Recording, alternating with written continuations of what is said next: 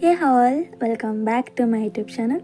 So ಇವತ್ತಿನ ಈ ವಿಡಿಯೋದಲ್ಲಿ ನಾನು ಡಿಫ್ರೆಂಟ್ ಆಗಿರೋ ಬೀಟ್ರೋಟ್ ಪಲ್ಯನ ಮಾಡ್ತಾಯಿದ್ದೀನಿ. ನಿಮ್ಮ ಮನೇಲಿ ಯಾವಾಗಲೂ ಸೇಮ್ ಬೀಟ್ರೋಟ್ ಪಲ್ಯ ಮಾಡ್ತಿದ್ದೀರಾ? ಅದನ್ನೆಲ್ಲ ಬಿಟ್ಟು ನಾನು ಹೇಳ್ಕೊಡೋ ರೆಸಿಪಿನ ಮಾಡಿ ಒಂದ್ಸಲ, ತುಂಬಾ ರುಚಿಯಾಗಿ ಬರುತ್ತೆ. ಸೊ ಇಲ್ಲಿ ನಾನು ಬೀಟ್ರೋಟ್ನ ಚಿಕ್ಕ ಚಿಕ್ಕದಾಗಿ ಕಟ್ ಮಾಡಿ ಉಪ್ಪು ನೀರು ಹಾಕಿ ಒಂದೆರಡು ವಿಸಿಲ್ನ ಕೂಗಿಸ್ಕೊತಾ ಇದ್ದೀನಿ. ಸೊ ಬೀಟ್ರೋಟ್ ವಿಸಿಲ್ ಬರೋಷ್ಟರಲ್ಲಿ ನಾವಿಲ್ಲೊಂದು ಪೇಸ್ಟ್ ರೆಡಿ ಮಾಡ್ಕೊಳ್ಳೋಣ. ಈ ಪೇಸ್ಟ್ ರೆಡಿ ಮಾಡ್ಕೊಳ್ಳೋಕ್ಕೆ ಕಾಯಿ, 1-4 ಹಸಿಮೆಣ್ಸಿನ್ಕಾಯಿ ನೀರು ಹಾಕ್ಕೊಂಡು ರುಬ್ಕೊತಾ ಇದ್ದೀನಿ.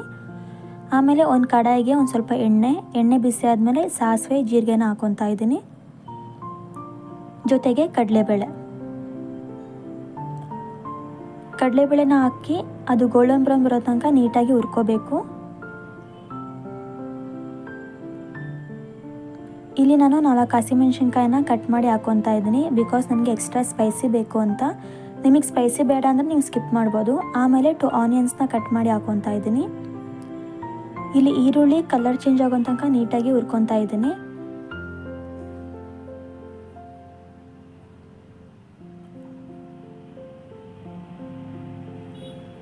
ಸೊ ಈರುಳ್ಳಿ ನೀಟಾಗಿ ಫ್ರೈ ಆಗಿದೆ. ಇವಾಗ ನಾನು ಇದಕ್ಕೆ ರುಬ್ಬಿಟ್ಕೊಂಡಿರೋ ಪೇಸ್ಟ್ನ ಹಾಕ್ಕೊತಾ ಇದ್ದೀನಿ. ಈ ಪೇಸ್ಟ್ ಹಸಿ ಸ್ಮೆಲ್ ಹೋಗೋ ತನಕ ನೀವು 2 ನಿಮಿಷ ನೀಟಾಗಿ ಫ್ರೈ ಮಾಡ್ಕೋಬೇಕು.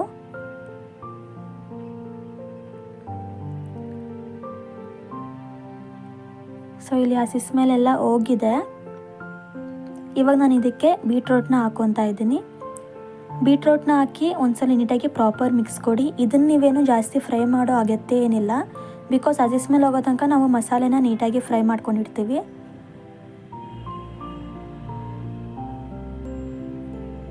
ಆಮೇಲೆ ರುಚಿಗೆ ತಕ್ಕಷ್ಟು ಉಪ್ಪನ್ನ ನೋಡ್ಕೊಂಡು ಹಾಕೊಳ್ಳಿ, ಬಿಕಾಸ್ ಬೇಯಿಸ್ಕೋಬೇಕಾದ್ರೆ ನಾವು ಉಪ್ಪು ಹಾಕ್ಕೊಂಡಿದ್ವಿ.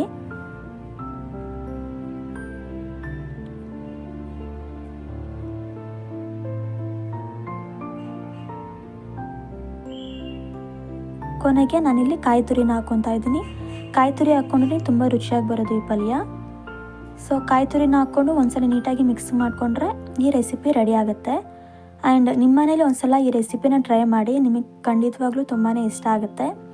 ಸೊ ನಿಮಗೆ ಈ ರೆಸಿಪಿ ಇಷ್ಟ ಆಗಿದರೆ ಪ್ಲೀಸ್ ಲೈಕ್, ಶೇರ್, ಕಮೆಂಟ್ನ ಮಾಡಿ. And thank you for watching.